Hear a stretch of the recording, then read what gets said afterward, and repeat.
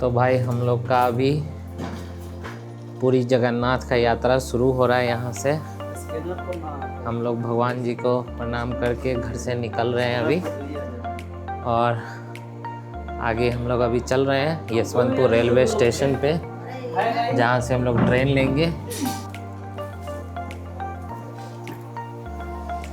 अरु दादा को बाय कर दो। Bye bye bye. हाँ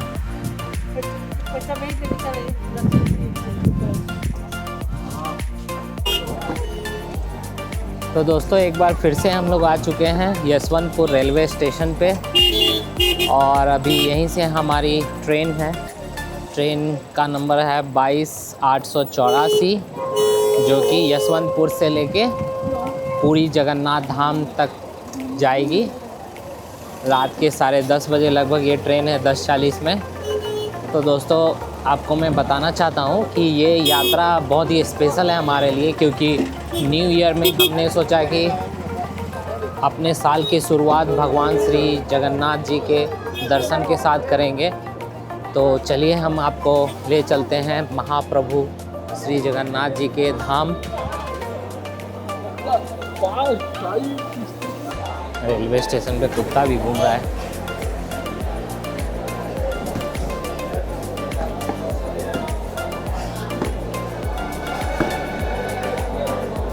ओके, तो अभी हमारे ट्रेन का यहाँ पे कोई भी अनाउंसमेंट नहीं है डिस्प्ले बोर्ड पे। में भी थोड़ी देर के बाद होगी, क्योंकि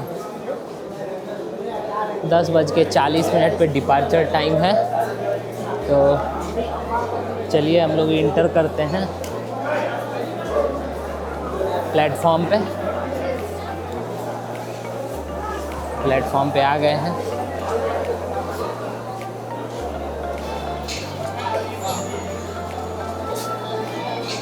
हम लोग थोड़ी देर यहाँ पे वेट करेंगे जब तक कि हमारे ट्रेन का अनाउंसमेंट नहीं हो जाए कि कौन से प्लेटफॉर्म पे आएगी।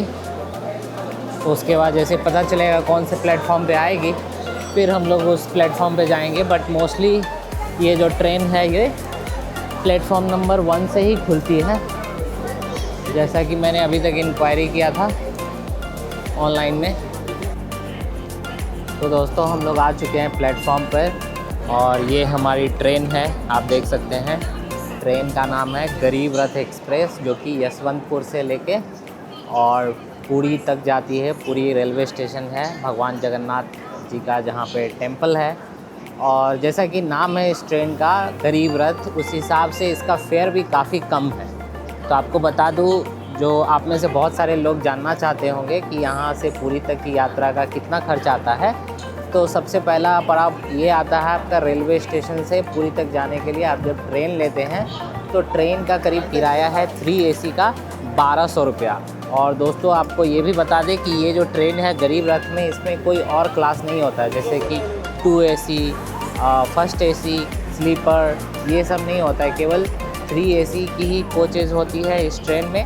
तो आप देख सकते हैं, जहाँ तक भी मैं आपको दिखा सकूँ, हर जगह 3 AC की कोचेज़ दिखाई दे रहे हैं। और ये रेलवे स्टेशन के उस पर दूसरी ट्रेन है। तो दोस्तों ट्रेन का डिपार्चर टाइम है 10:40।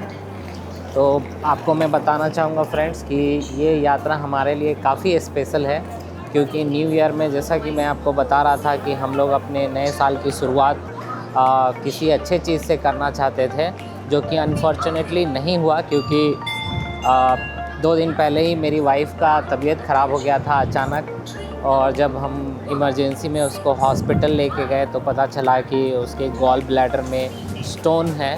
सो हम लोग को काफ़ी दुख हुआ, जिस वजह से हम अपना नया साल ठीक से सेलिब्रेट भी नहीं कर पाए।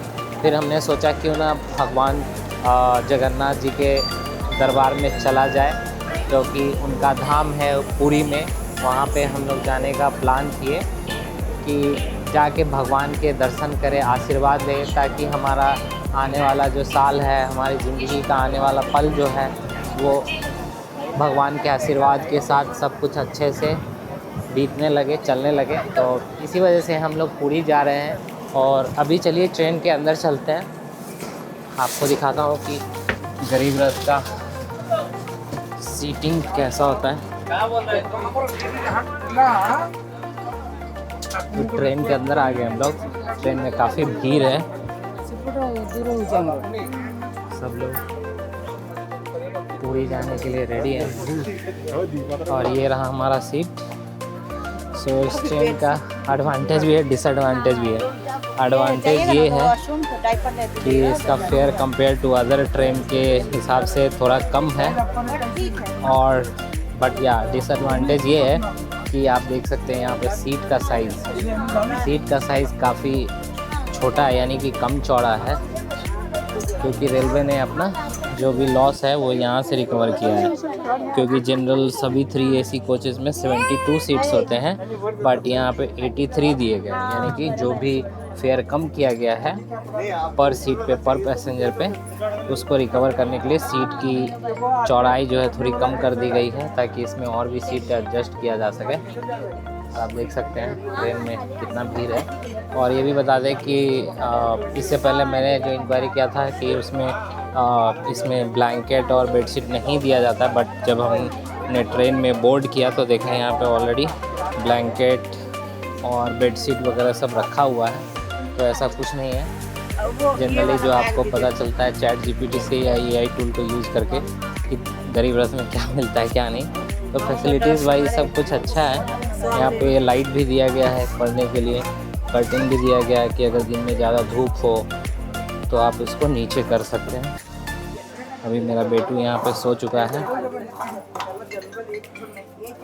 चलिए चलते हैं, फिर भगवान जी के धाम में पहुँच के आपको आगे की यात्रा का पूरा डिटेल दूंगा, दिखाएंगे आपको।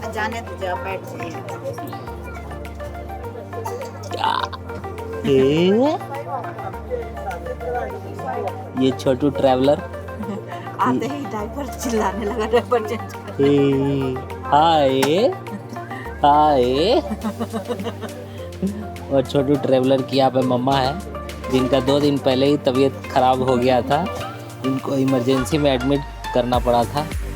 चलते हैं भगवान जी का थोड़ा दर्शन दिलवा के देखते हैं, थोड़ा तबीयत ठीक हो जाए।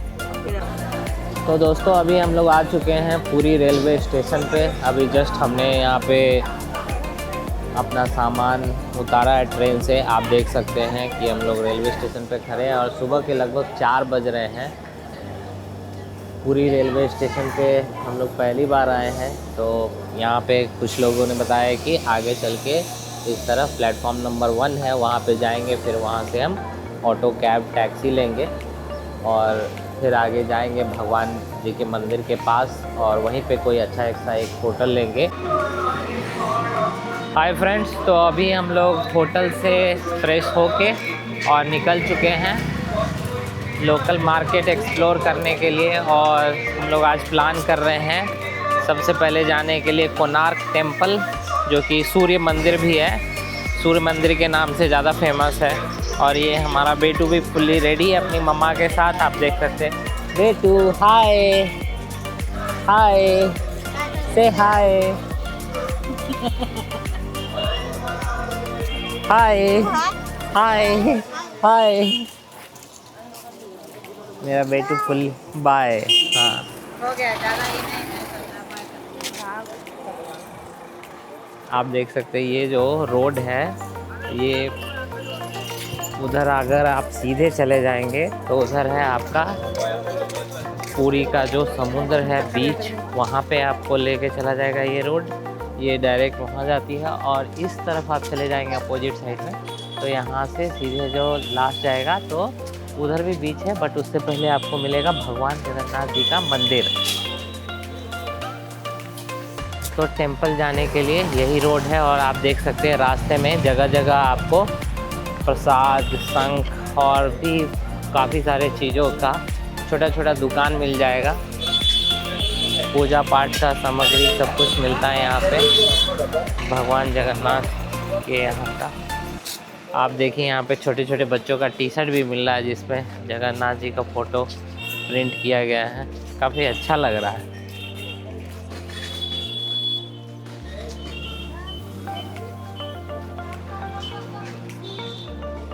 तो दोस्तों मैं आपको एक चीज़ और बताना भूल गया। आज सुबह हमने जब स्टेशन पे ऑटो बुक किया स्पेशली होटल लेने के लिए, तो ऑटो वाले ने हमें चूना लगा दिया।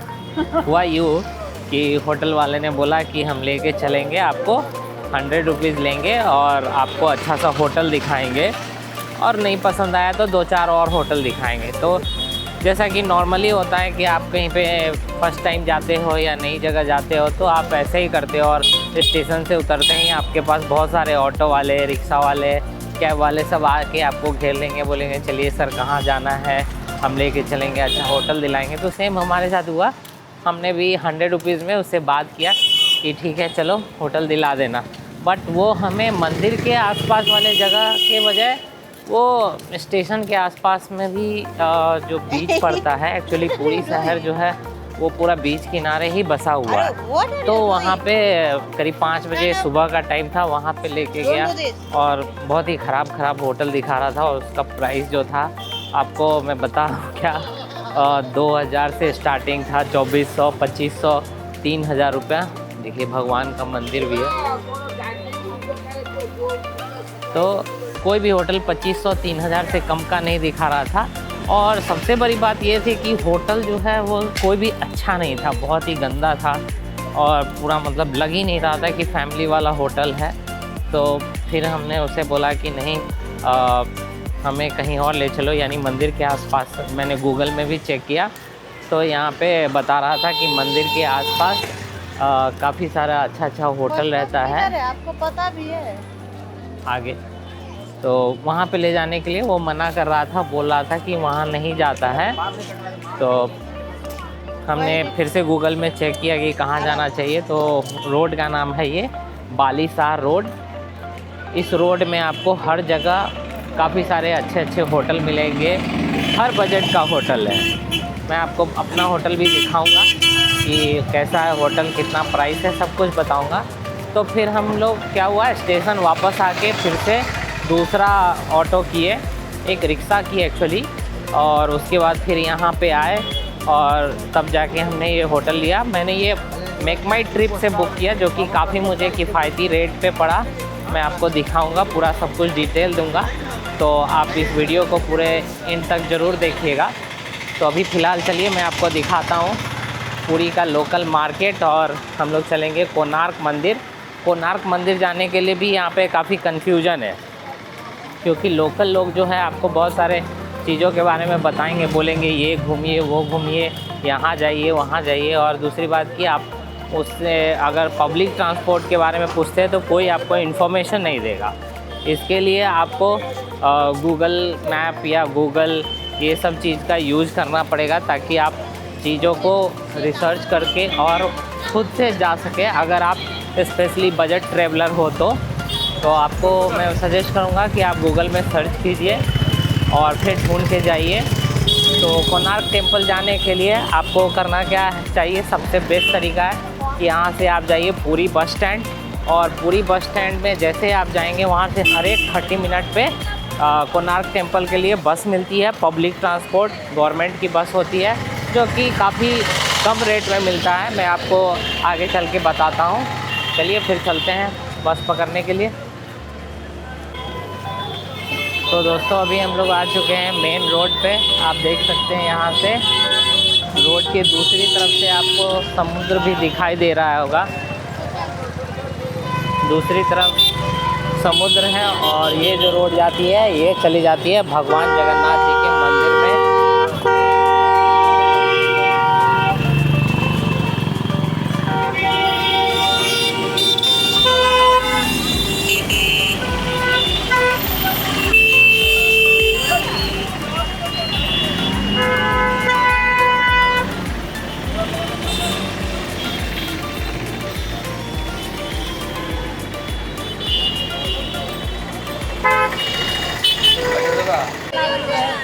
ये बस है, अभी हम लोग चल रहे हैं बस में।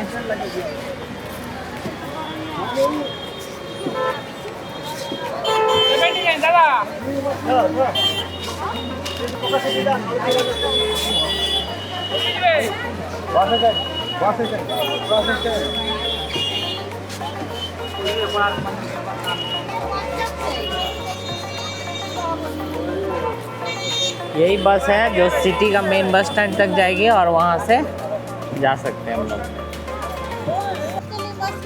अभी तो छोड़ दिया है,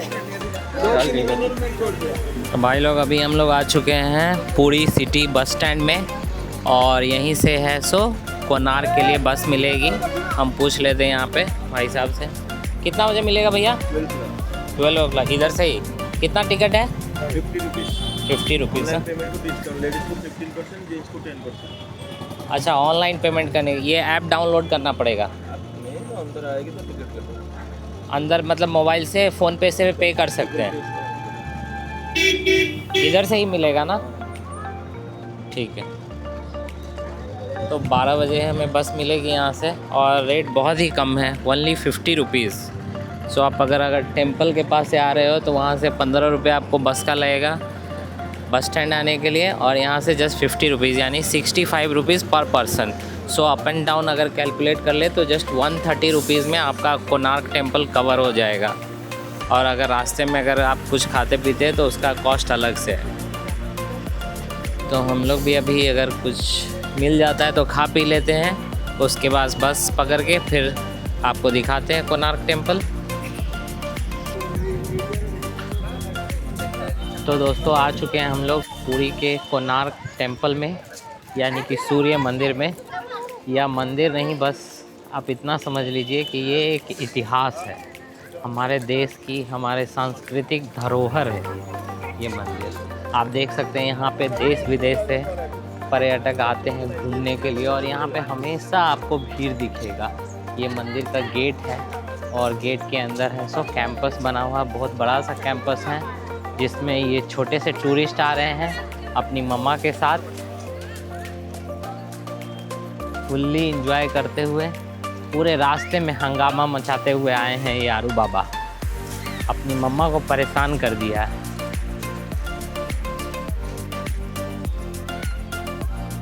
यहाँ पे स्पेशली अगर आप स्टूडेंट्स हैं या फिर आप कोई बुद्धिजीवी हैं, यानी कि अगर आपको नॉलेज गेन करने में इंटरेस्ट है, आप अपने इतिहास के बारे में जानना चाहते हैं कि कैसे हमारे देश में क्या क्या चीज़ अवेलेबल है और उसका क्या क्या इतिहास है, क्या कहानियाँ हैं, इसको जानने के लिए आपको ज़रूर एक बार ऐसे जगहों पे विज़िट करना चाहिए। जैसे कि ये है सूर्य मंदिर। ये आपको पता होगा कि ये यूनेस्को के एक one of the world heritage site में आता है। तो इससे आप समझ सकते हैं कि इसका कितना महत्व है। ये देखिए मेरा बेटू आ रहा है। हे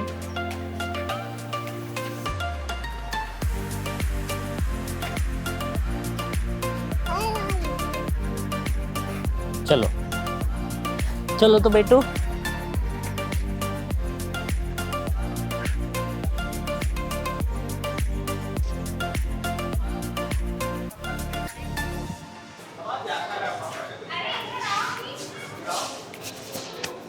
तो दोस्तों हम लोगों ने एंट्री ले लिया है कोणार्क टेंपल में। आप देख सकते हैं ये यहाँ पे व्हील बनाया गया है।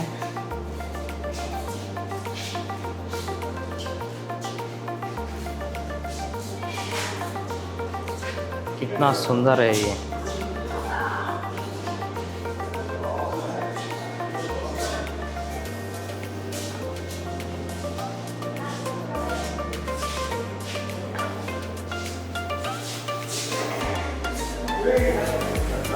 ये भगवान सूर्य का जो रथ है उसका पहिया है।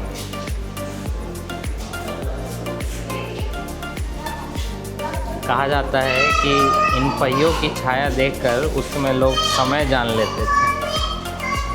बस इसी से समझ लीजिए कि कितना इम्पोर्टेंट है। टिकट उधर लेना है 50 रुपीज़ पर।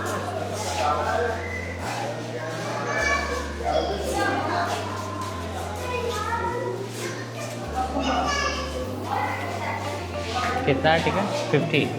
2 टिकट 2।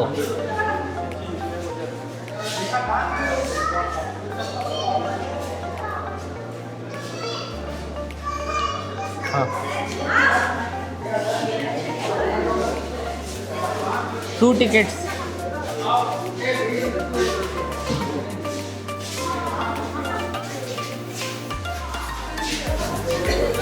तो 50 रुपये का टिकट है यहाँ का, आप देख सकते हैं।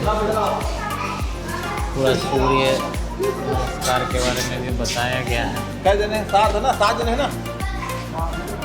7 जने। 150 लाओ, खाली 150 लाओ भैया। 7 टिकट, 7 टिकट। हाँ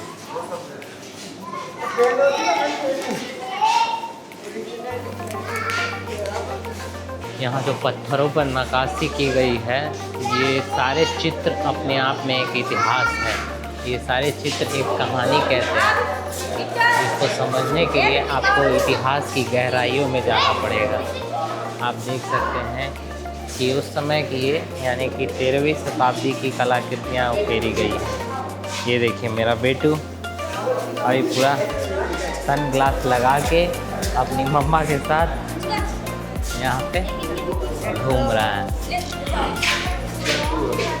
तो जैसा कि दोस्तों मैं आपको बता रहा था, ये जो पत्थरों पे नक्काशी की गई है, इनको ज़रा गौर से देखिए आप। उस ज़माने में ऐसे नक्काशी करना कितना डिफ़िकल्ट काम है। आज के ज़माने में शायद ये मशीन से भी पॉसिबल ना हो।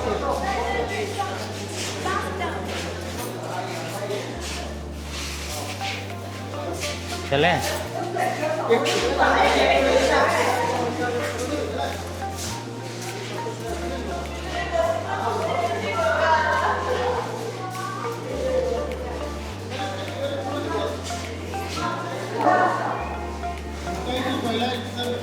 यहाँ पे अंदर में गैलरीज और ऑडिटोरियम है, जहाँ चल के अभी हम लोग देखेंगे।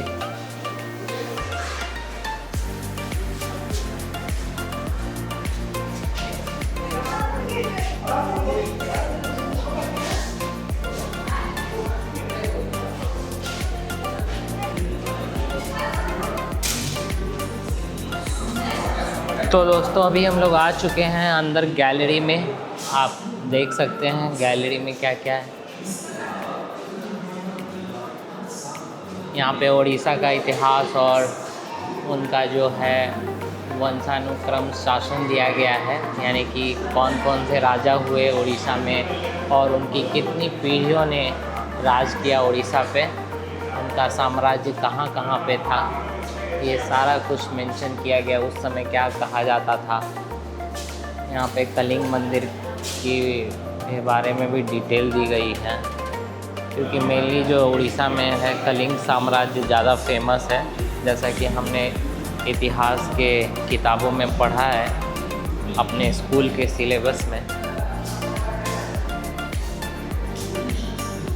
ये सन टेम्पल का आपको व्यू दिया गया है, ये एग्जैक्टली कैसा दिखता है।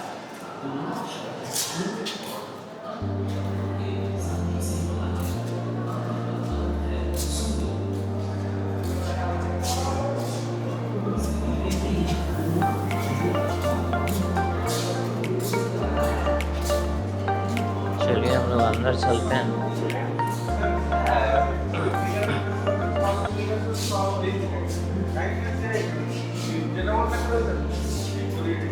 ये गैलरी बी है और यहाँ पे हम लोग देखते हैं क्या है। यहाँ पे और भी कलाकृतियों के बारे में बताया गया है। सूर्य देव की प्रतिमा उस समय कैसी उकेरी गई थी, इसके बारे में आप देख सकते हैं यहाँ पे डिटेल में।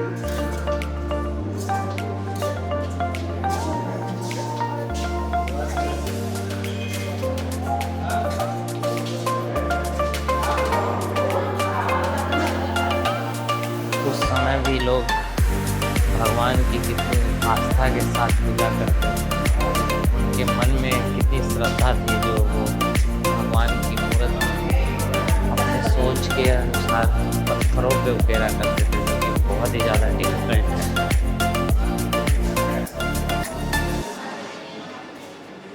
ये उस समय का लोक पर्व का दृश्य है।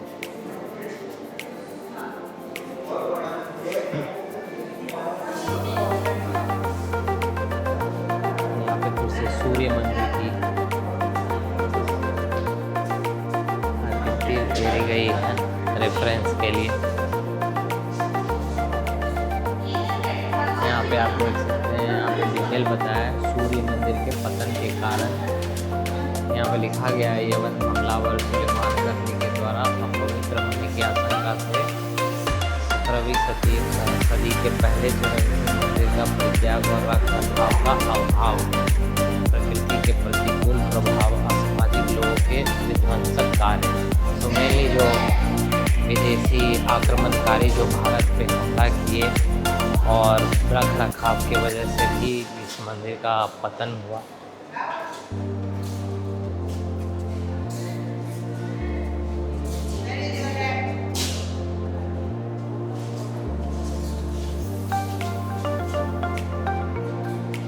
सूर्य मंदिर का पूरा इतिहास यहाँ पे दिया गया है।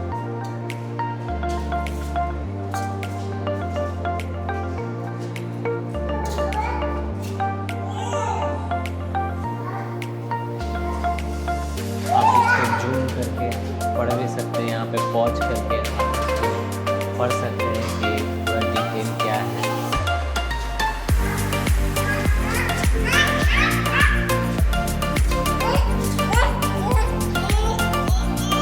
बाबा कम,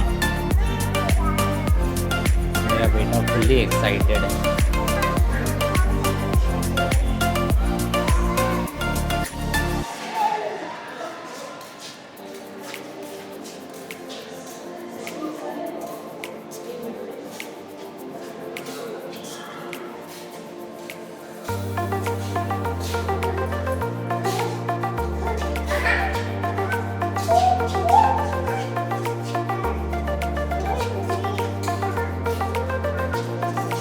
ये है अरुण स्तंभ। ये जो होता है मंदिर के बीचों बीच में, मंदिर के प्रांगण में स्तंभ लगाया जाता है, उसी की यहाँ पे प्रतिमा है। ये मंदिर का नक्शा वगैरह है।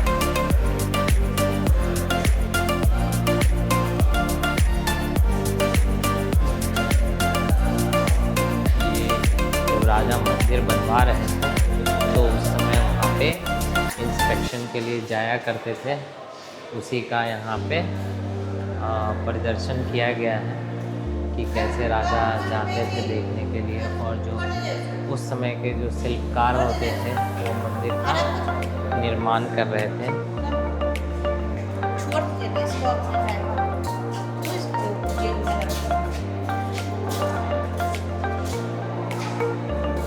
ये देखिए, ये व्हील ऑफ कोणार्क है, इसे यहाँ पे लगाया गया है, यानी कि कोणार्क चक्र। पत्थरों पर कैसी नक्काशी की गई है भाई, कसम से आज के डेट में ऐसी नक्काशी करना बिल्कुल ही नामुमकिन है।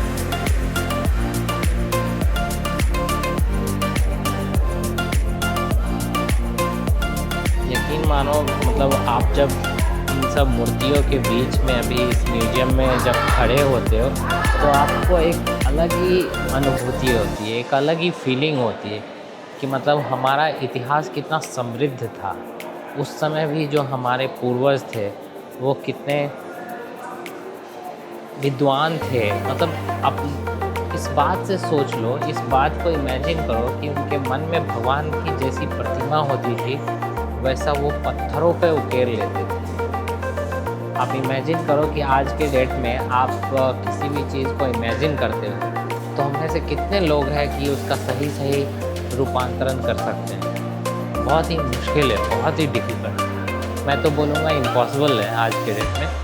बट यहाँ पे उस ज़माने में ऐसा उन्होंने पॉसिबल कर दिखाया था, जो कि सच में काबिल तारीफ़ है।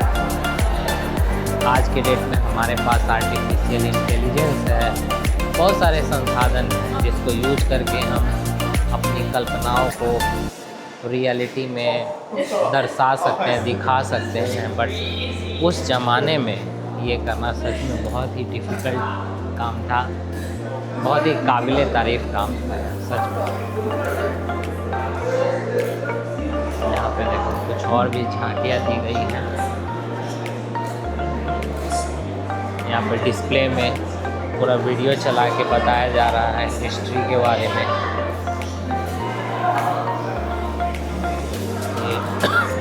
उड़ीसा की कलाकृतियों को भी यहाँ पे दिखाया गया है।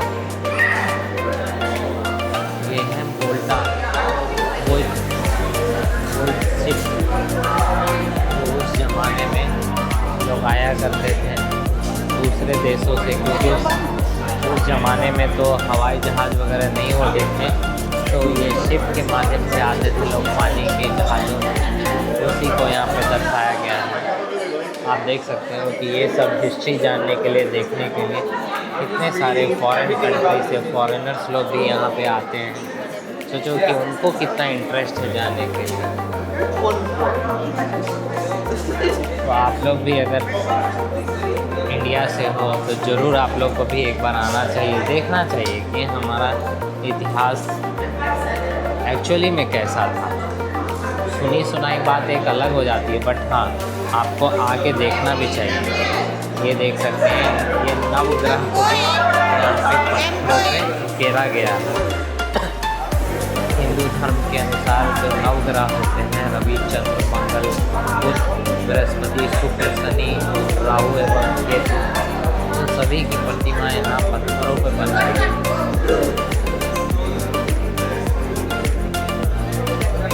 कमाल का है भाई।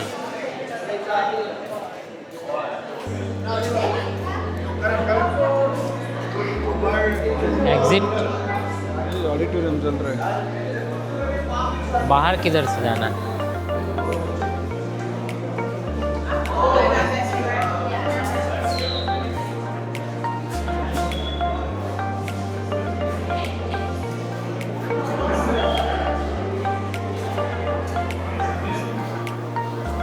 यहाँ पे डालोगे कियोस्क में कि उड़ीसा के फेस्टिवल्स कौन कौन से हैं, जैसे रथ यात्रा, तो उसके बारे में आपको पूरा डिटेल मिल जाएगा। उसी तरह से आप यहाँ पे डालोगे कोणार्क का फेस्टिवल कौन है, तो उसके बारे में पूरा डिटेल मिल जाएगा। आप इसको स्क्रॉल करके पढ़ सकते हैं, जान सकते हैं अपने इतिहास के बारे में, और यहाँ से लैंग्वेज भी आप चेंज कर सकते हैं। यहाँ पे जगह जगह है कियोस्क लगाया गया है इंडियन ऑयल फाउंडेशन की तरफ से, जो कि बहुत अच्छा है। यहाँ पे आपको नॉलेज लेने में काफ़ी आसानी हो जाती है, स्पेशली स्टूडेंट्स के लिए, रिसर्चर के लिए। चलो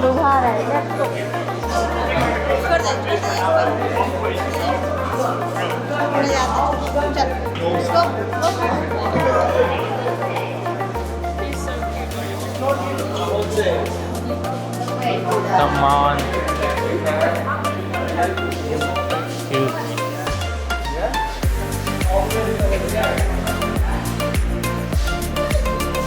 सो अभी हम लोग ऑडिटोरियम से निकल के बाहर जा रहे हैं, कैंपस में हम लोग जा रहे हैं ओरिजिनल सूर्य मंदिर देखने के लिए।